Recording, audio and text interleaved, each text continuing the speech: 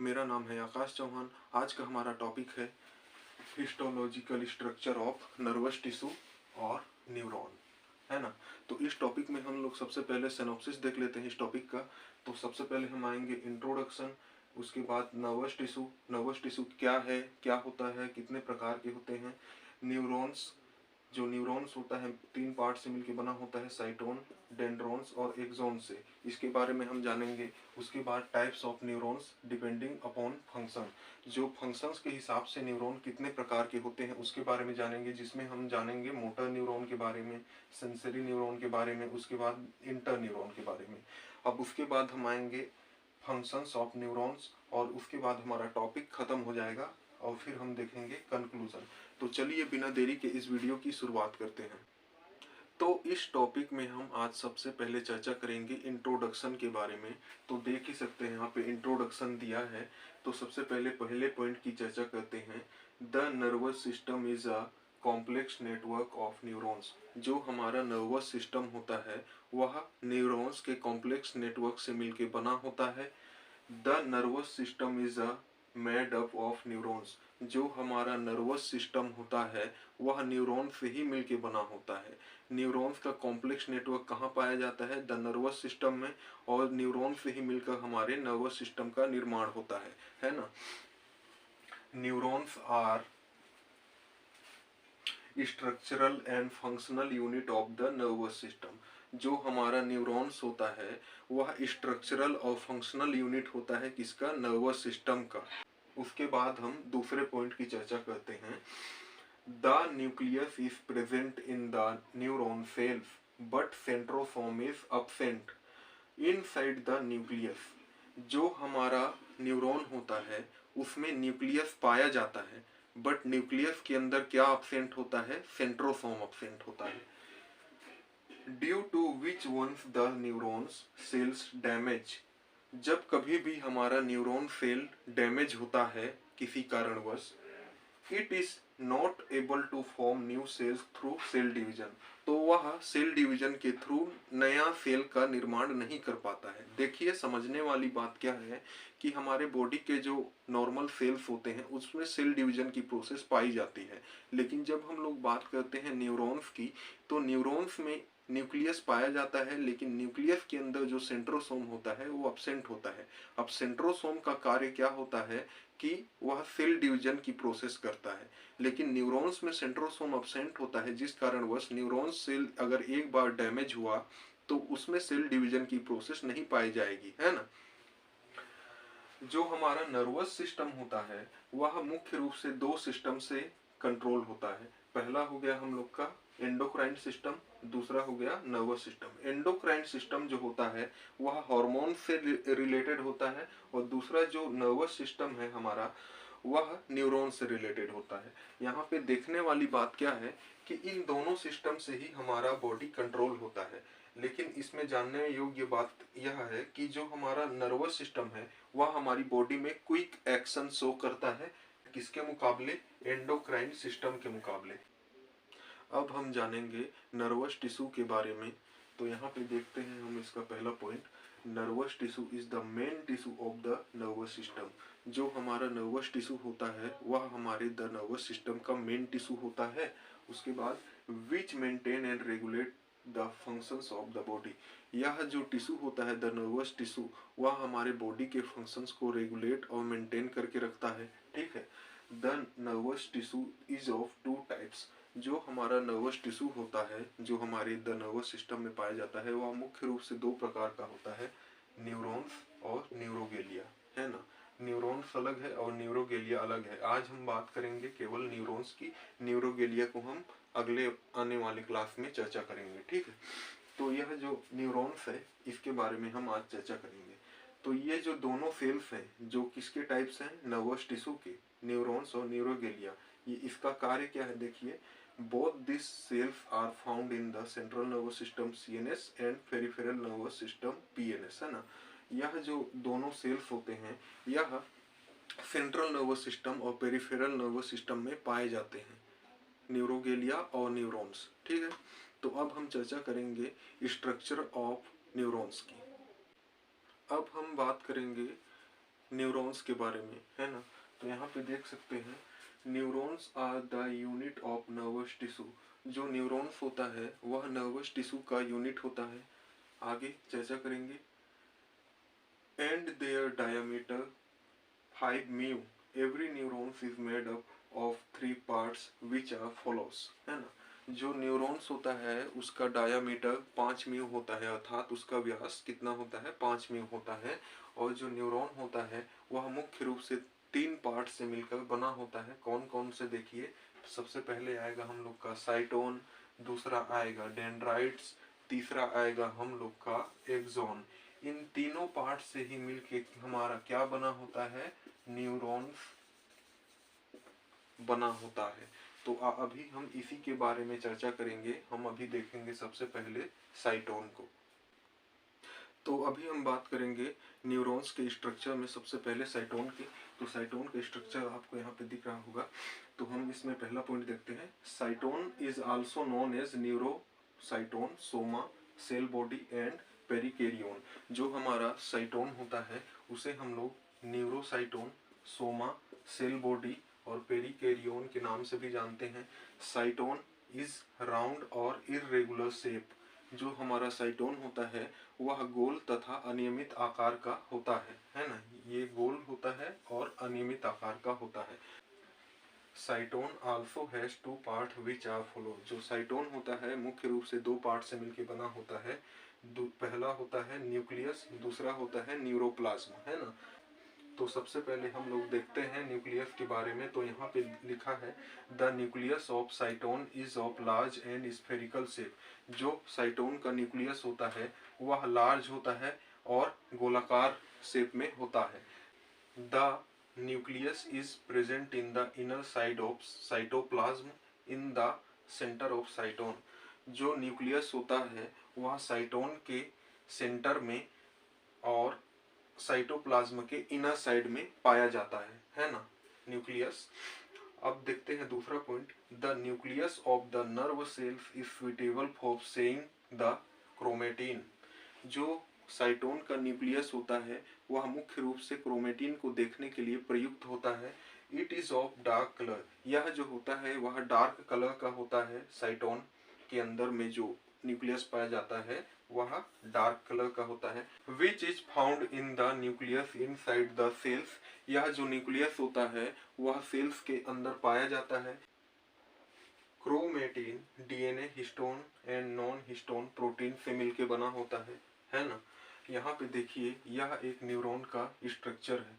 तो ये जो न्यूरॉन होता है इसके इस वाले पोर्शन को हम लोग सोमा कहते हैं, साइटोन कहते हैं, न्यूरोसाइटोन कहते हैं, सेल बॉडी कहते हैं या पेरिकेरियोन कहते हैं, लेकिन हम लोग लेके चल रहे हैं सोमा, ठीक है। और ये जो सोमा होता है उसके इनर वाले साइड में न्यूक्लियस होता है जो राउंड शेप का होता है ना, और डार्क कलर का होता है। ये हो गया हम लोग का न्यूक्लियस, है ना। अब हम देखेंगे साइटोन के स्ट्रक्चर में न्यूक्लियस के आगे, है ना। In males in the nucleus is smaller than females. जो मेल्स का न्यूक्लियस होता है साइटोन के अंदर, जो मेल्स का न्यूक्लियस होता है वह फीमेल्स की तुलना में छोटा होता है ना।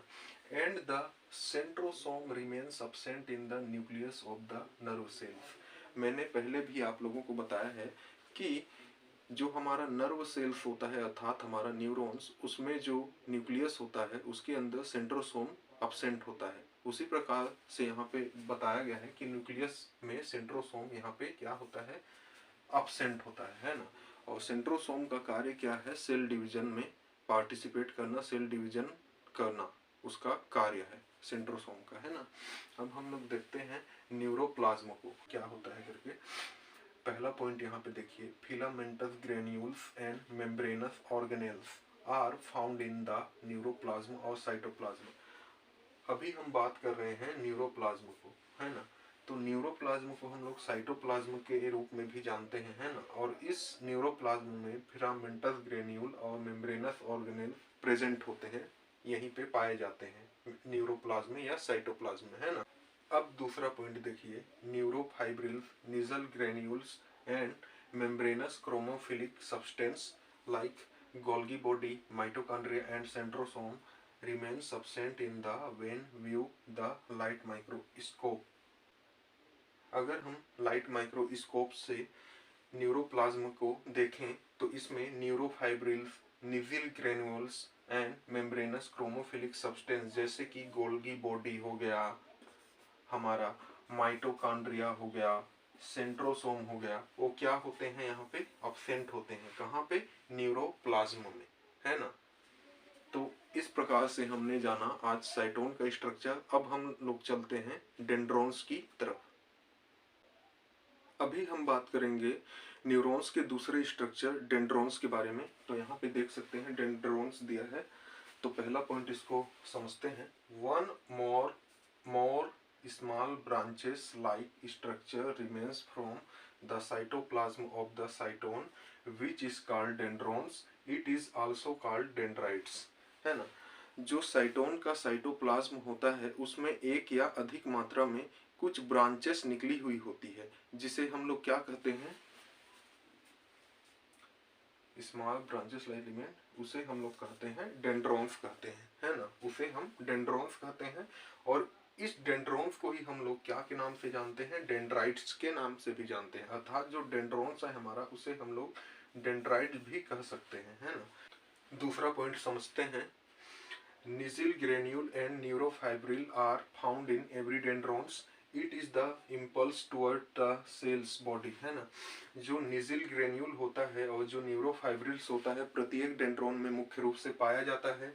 It is the impulse toward the cell body. और ये जो डेंड्रॉन्स होता है वह किसी भी इम्पल्स को, किसी भी सिग्नल को सेल बॉडी की तरफ लेकर जाता है। जाने का काम कौन करेगा? सेल बॉडी की ओर इम्पल्स लेकर जाने का काम कौन करेगा? डेंड्रॉन्स करेगा, है ना। तीसरा पॉइंट समझते हैं। The impulse is collected from other neurons through the dendrons and the impulse is carry the cell body. जो डेंड्रॉन्स होता है उसके द्वारा अदर न्यूरॉन्स से इम्पल्स को कलेक्ट किया जाता है और उसे कहाँ ले जाया जाता है? सेल बॉडी की ओर लेकर जाया जाता है ना, डेंड्रॉन्स के थ्रू। चौथा पॉइंट समझते हैं हम। Dendrons are receptor part of neurons. जो न्यूरॉन्स होता है उसका रिसेप्टर पार्ट कौन होता है? प्रत्येक न्यूरॉन का रिसेप्टर पार्ट होता है डेंड्रॉन्स, है ना। इस प्रकार से न्यूरॉन्स का हमने दूसरा स्ट्रक्चर को जान लिया है। अब हम लोग बढ़ते हैं तीसरे स्ट्रक्चर एक्सोन के तरफ। तो अभी हम बात करेंगे न्यूरॉन्स के तीसरे स्ट्रक्चर एक्सोन के बारे में। तो देख सकते हैं यहाँ पे axon is long, thick and cylindrical process derived from cytone and unbranched in axon total length। जो साइटोन से निकला हुआ हमारा एक्सोन होता है वह लॉन्ग होता है, थिक होता है और साइलेंड्रिकल प्रोसेस वाला होता है। और जो हमारा एक्सोन होता है वह पूरे लेंथ में, अपने पूरी लंबाई में अनब्रांच होता है। जिस प्रकार से हम यहाँ पे देख पा रहे हैं जो डेंड्रॉन्स होता है, इससे पहले हम लोग अभी डेंड्रॉन्स के बारे में चर्चा किए थे। तो डेंड्रॉन्स जो होता है वह ब्रांच लाइक स्ट्रक्चर होता है। जिस प्रकार से इसमें ब्रांच पाया जाता है, इस प्रकार से जो ब्रांच दिखाई दे रहा है, उस प्रकार से जो एक्सोन होता है वह अपने पूरे लेंथ में, ये देखिए दोस्तों, अपने पूरे लेंथ में अनब्रांच होता है ना। अब हम बात करते हैं सोमा की। तो सोमा, न्यूरॉन्स के इस वाले पार्ट को सोमा कहते हैं। और सोमा के अंदर में न्यूक्लियस होता है जो डार्क कलर का होता है। न्यूक्लियस में सेंट्रोसोम अब्सेंट होता है जिसका कार्य होता है सेल डिवीजन करना। अब न्यूरॉन में सेंट्रोसोम अब्सेंट है अर्थात सेल डिवीजन की प्रोसेस न्यूरॉन में नहीं पाई जाती है ना। अब देखो एक्सोन जो होता है, एक्सोन के अंदर में एक सेल पाया जाता है जिसे हम लोग क्या कहते हैं? Schwann cell. ये स्वान सेल न्यूरोगेलिया के टाइप्स में आएगा जिसे हम लोग आगे की क्लास में जानेंगे। अब न्यूरॉन में एक और भाग पाया जाता है जिसे हम लोग कहते हैं एक्सोन टर्मिनल, है ना। इस प्रकार से हमने आज जाना साइटोन, डेंड्रॉन्स और एक्सोन के बारे में। अब हम चर्चा करेंगे types of neuron depending upon function के बारे में। अब हम बात करेंगे types of neurons depending upon functions के बारे में। तो फंक्शंस के बेसिस पे मुख्य रूप से 3 प्रकार के न्यूरॉन्स आते हैं। पहला आएगा हम लोग का मोटर न्यूरॉन, दूसरा आएगा सेंसरी न्यूरॉन, तीसरा आएगा इंटर न्यूरॉन, है ना। तो सबसे पहले हम लोग समझते हैं मोटर न्यूरॉन के बारे में। तो it is also called different neuron. It takes any signal from our central nervous system to the body organs. In this axon is very long and dendrils is short, है ना। तो जो हमारा motor neuron है उसे हम लोग efferent neuron के नाम से भी जानते हैं, और यह किसी भी सिग्नल को हमारे सेंट्रल नर्वस सिस्टम से होते हुए कहाँ ले जाएगी, बॉडी ऑर्गन तक ले जाने का काम करेगी। और इसमें जो होता है एक्सोन बहुत ही लंबे होते हैं और डेंड्रॉन्स बहुत ही छोटे होते हैं। अब हम लोग सेकेंड न्यूरॉन के बारे में बात करते हैं, सेंसरी न्यूरॉन के बारे में। तो इसमें देखिए, it is also called afferent neuron. It takes any signal from the body organs to the central nervous system. In this axon is short and dendrites is very long, है ना। तो जैसे कि हमने मोटर न्यूरॉन के बारे में जाना, उसी के जस्ट उल्टा हम लोग का सेंसरी न्यूरॉन है। तो देखिए, जो सेंसरी न्यूरॉन होता है उसे हम लोग अफरेंट न्यूरॉन के नाम से भी जानते हैं, और यह किसी भी सिग्नल को हमारे बॉडी ऑर्गन से होते हुए कहाँ भेजेगी, सेंट्रल नर्वस सिस्टम में भेजेगी, है ना। और इसमें जो होते हैं एक्सोन बहुत ही छोटे होते हैं और डेंड्रॉन्स लंबे होते हैं। अब हम बात करेंगे इंटरन्यूरॉन के बारे में। तो देखिए यहाँ पे लिखा है, it mean connection on motor neuron and sensory neuron. This neuron help in transporting any signal from the CNS and organ and और from organ to the CNS. देखिए, ये जो इंटरन्यूरॉन होते हैं ये कनेक्शन करने का काम करते हैं किनके बीच में, मोटर न्यूरॉन और सेंसरी न्यूरॉन के बीच में, है ना। और ये जो न्यूरॉन होते हैं इंटरन्यूरॉन, यह मुख्य रूप से किसी भी सिग्नल को हमारे सेंट्रल नर्वस सिस्टम से ऑर्गन तक ले जाने का काम करेंगे, अथवा ऑर्गन से किसी सिग्नल को सेंट्रल नर्वस सिस्टम तक पहुंचाने का कार्य करते हैं। ये जो न्यूरॉन होते हैं इंटरन्यूरॉन, इसे टाइम सेवर न्यूरॉन भी कहते हैं। अब हम जानेंगे फंक्शंस ऑफ न्यूरॉन्स के बारे में। तो यहाँ पे देखिए, फंक्शंस ऑफ न्यूरॉन्स, पहला है sending electrical signals and chemical signal. जो न्यूरॉन होता है वह सेंड करता है क्या, इलेक्ट्रिकल सिग्नल और केमिकल सिग्नल दोनों को सेंड करता है ना। दूसरा है रिसीव सिग्नल। जो हमारा न्यूरॉन्स होता है वह किसी भी इंफॉर्मेशन को, मैसेज को रिसीव करता है और उसे सेंट्रल नर्वस सिस्टम को भेजने का कार्य करता है। तीसरा होगा हमारा communicate signal to target cell. जो न्यूरॉन होता है वह टारगेट सेल के साथ कम्युनिकेट करता है। किसी भी सिग्नल को टारगेट सेल में पहुंचाने का कार्य कौन करता है, न्यूरॉन करता है। या तो वो टारगेट सेल अदर न्यूरॉन्स हो सकते हैं, मसल्स हो सकते हैं, या फिर ग्लैंड्स हो सकते हैं। तो इस प्रकार से आज का हमारा ये टॉपिक खत्म होता है, और अब हम जानेंगे कंक्लूजन के बारे में। कंक्लूजन हमारा यह होगा कि जो न्यूरॉन होते हैं उससे ही मिलकर हमारे द नर्वस सिस्टम का निर्माण होता है। अब न्यूरॉन की बारे में बात हो रही है तो हम लोग चलते हैं सेंट्रल नर्वस सिस्टम के अंतर्गत। मुख्य रूप से दो प्रकार के ऑर्गन आते हैं, है ना। कौन कौन से, ब्रेन और स्पाइनल कॉर्ड। उसी प्रकार से पेरिफेरल नर्वस सिस्टम के अंतर्गत ब्रेन और स्पाइनल कॉर्ड से निकलने वाले न्यूरॉन्स आते हैं, है ना।